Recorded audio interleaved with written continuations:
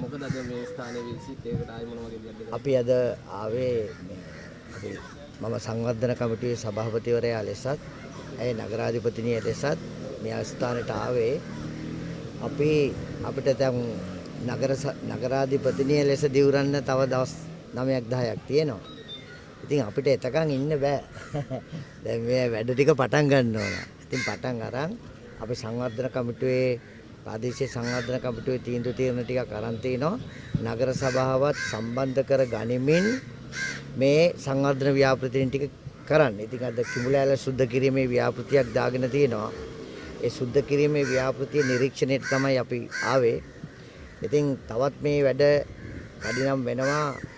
නගරාධිපතිනිය දිවුරුම් දීමෙන් පස්සේ ඊට අදාළ කටයුතු වෙනවා. එතකන් අපි නිරීක්ෂණ චාරිකාවකට ආවේ මේ ස්ථානය පිළිබඳව ඇසින් දැක බලා ගන්න. ප්‍රාදේශීය සංවර්ධන කමිටුවේ තීරණයක් මත තමයි අපි ආවේ. ඉතින් ඒකත් එක්කම අපිට තවත් ආශිර්වාදයක් වෙනවා. මේ වෙලාවේ කොළඹ නගර සභාවේ බලය සම්බන්ධ කාරණාව දැන් විවිධ කටකතා ටිකක් වෙනත් පාර්ශවයෙන් මතු කරමින් යනවා නගර සභාවේ බලය පිළිබඳව. එතකොට නගර සභාවේ බලය පිළිබඳව කතා කරද්දී වෙන අය කලබල වෙලා ඉන්නේ ඇයි කියන කාරණාව අපිට හිතා ගන්න පුළුවන්. අපි ඊයේ ඒක දැක්කා. අපේ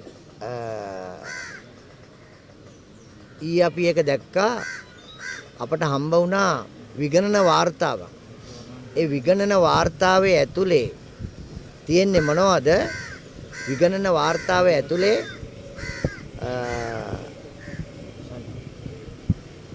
සමාගම් කීපයක් තියෙනවා. එන්ටර්ප්‍රයිසස් කීපයක් තියෙනවා. ඒ එන්ටර්ප්‍රයිසස් කීපයේ අයිතිකරුවෝ කවුද කියලා බැලුවාම ABC කියලා තුන්දෙනෙක් ඉන්නවා. හැබැයි අපි ආරංචි කරලා බැලුවාම සල්ලි එකතු කරගන්නේ මේ නගර සභාව නැතුව නගර සභාව බලයට පත් කර ගැනීම වෙනුවෙන් නගර සභාවේ බලය පත් කර ගැනීමට වෙහෙසෙන කීප දෙනා තමයි මේක පිටිපස්සේ ඉන්නේ. දැන් අපි ගමුද රීසා සාරු. රීසා ගත්තොත් එයාට තමයිලු මේ නගර සභාවේ නගරාධිපතිකම දෙන්න යන්නේ ඒගොල්ලෝ. ඉතින් අපි කියනවා රීසා සරුට්ට රෙහිව අද අල්ලස් කොමිසමේ පැමිණිල්ලක් විභාග වෙමින් යනවා. මොනව සඳහාද? මේ පාකින් වලට අදාළව. පාකින් ඒකේ ට්‍රැෆික් කමිටුවේ සභාපතිවරයා ලෙස ඉඳිමින් වෙන කට්ටිය ධම්මලා තමන්ගේ නමට සමාගම් වෙන කට්ටිය ධම්මලා ඒ වෙන කට්ටියගේ නමින් තමයි මේ පාකින් ක්‍රියාවලිය යන්නේ.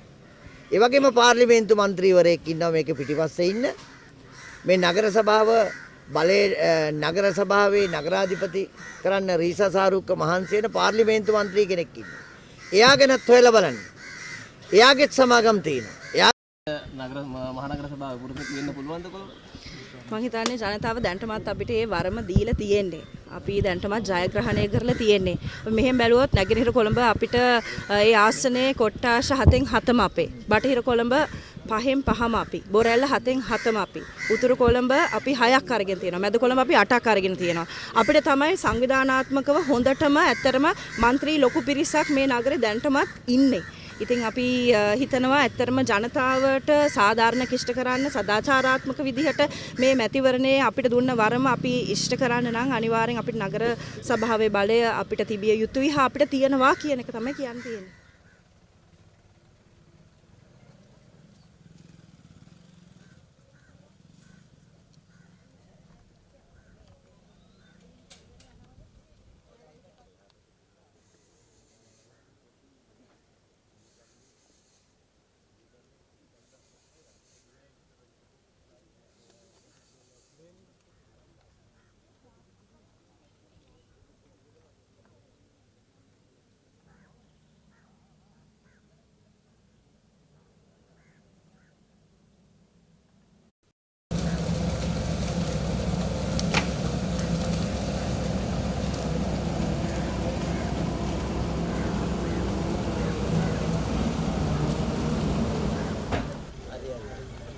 ඔක්කොම වෙනවා.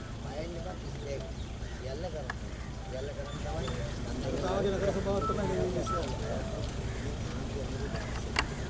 පාසු සමාර්ග දුක. ඒක ඇලි දාලා තියෙන නැවතුම මේ කැලේ ඒවා සමාර්ග කරදී ඒ කියන්නේ ඒක වාහන කරනකොට වැඩක් කරලා නිකන් පුළුවන්. ඒ කැලි පාරේ පාරේ කැලි. අතනක වරන් එනවා.